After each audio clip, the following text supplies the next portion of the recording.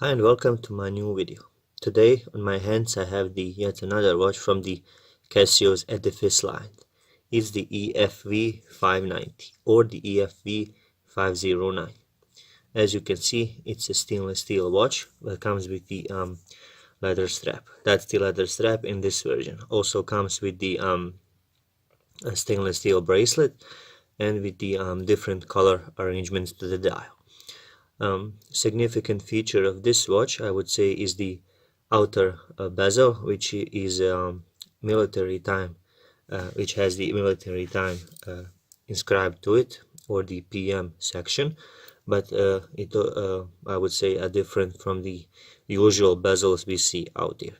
All in all, a very elegant watch, multi-purpose or multifunctional. I would say it fits to the various styles of the one who wears the watch. What are the significant features of the watch? Well, as I said previously, it's a stainless steel watch, has the stopwatch function to it, has the date indicator over there. I would say very intricate arrange of the sub-dials and the second hands that follows the details on the sub-dial at left. Also has the markers, which are the, I would say, some of the vintagey look to the markers that we usually see out there. And I mean, by the markers I mean the ones at the hour notes. All in all, a dial is very well executed. It's a brand new watch, so I just pulled out the sticker from the watch face, but there it is. The cool thing about all of the Edifice models, I would say, is that they have the Edifice logo inscribed on the main button. Sometimes when it's the digital or the digital time adjustment on the watch, they have the one of the buttons also inscribed with the Edifice logo. The watch is a battery operated watch. It comes with a 3-year battery life. Another key feature is that it has the power level indicator. So not the power level indicator, but the battery low indicator, and that's indicated by the second hand jumping 2 seconds at a time instead of 1, and that indicates that the battery is low and you need to change it. Basically, that would be all for the visual, aesthetically part of the watch. Let's get to the tutorial part next.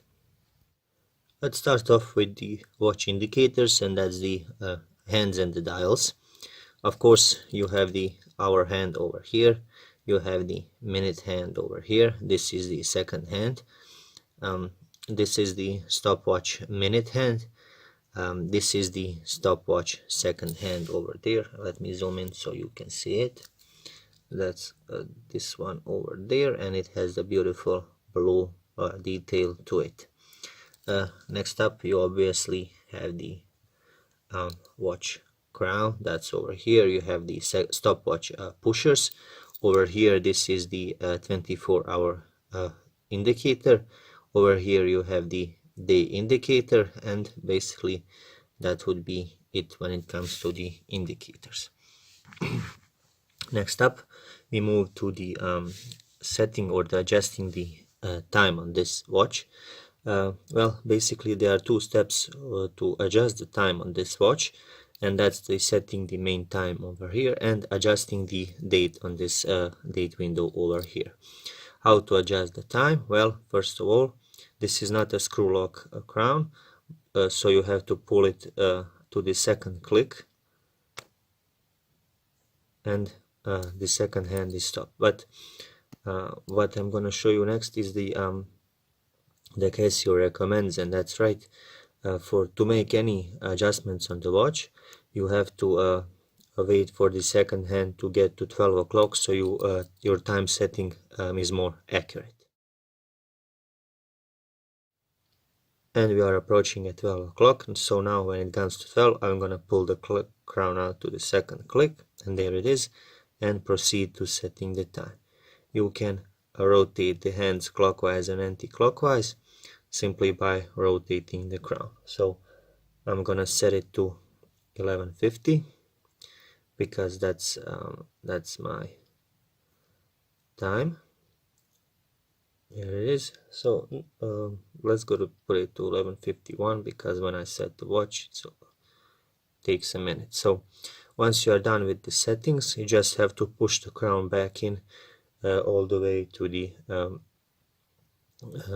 when it's flush with the case. So 2 clicks back in, and there it is. The watch started to work.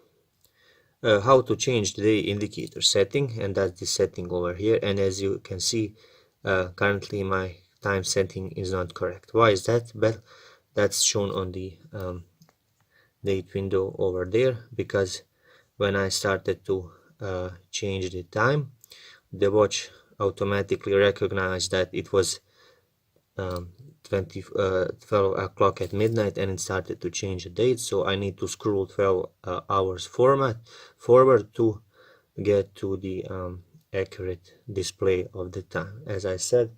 So it's 11:52, and there it is. As you can see, even the 24-hour time window is showing the correct position. Now I'm gonna proceed to setting the current day.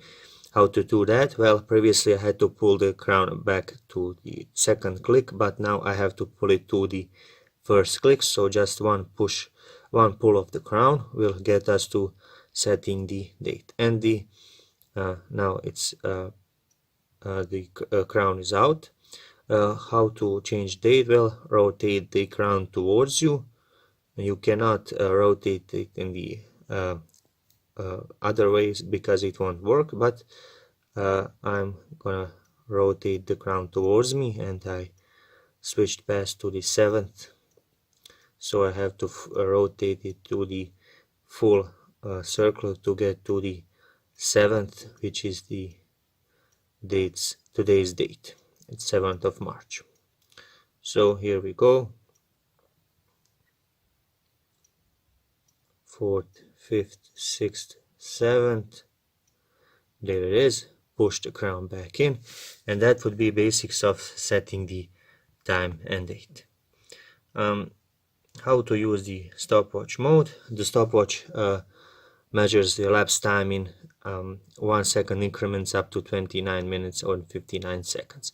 How to measure the elapsed time on this watch? Well, simply by pressing the upper button. I'm gonna start the stopwatch, and you can see the lower subdial is beginning to count the seconds, and the the left upper dial is counting the minutes simultaneously. To stop the procedure, again press the same button, again same button to resume it, stop it, and reset the value with the lower button. How to measure the split time? Start, upper, lower to split it, same button to split release, upper to stop it, and lower to reset the value. How to measure the two finishes? Well, press the start button, press the split button, first runner finishes, and the display time of the first runner, stop, the second runner finishes, split release, display time of the second runner, and simply pressing the lower button to reset the value of the stopwatch to the value of 0. Correcting the 0 position of the hands. How to do that? Well, I'm gonna pull the crown back to the second click, and use the upper button and the lower button to move it clockwise and anti-clockwise. Now this is the stopwatch second hand, and this is the stopwatch minute hands. Very important thing to stand out over here is that these hands are synchronized. So I'm gonna you can press these two buttons to move it clockwise or anti-clockwise, and as you can see, the lower second hand is moving when I'm pressing these two buttons. So holding it down will start to fast forward moving the hands, but I'm pretty satisfied with this setting. So as you can see, the second hand is exactly at 12 o'clock. Once you're done with the settings, just push the crown back in all the way while it's sort of flush with the watch case, and you are done with the settings. And basically with that I would conclude this review of a beautiful watch, I would say. Thank you very much for watching. Please do leave a like and subscribe to my channel for more watch content. Thanks.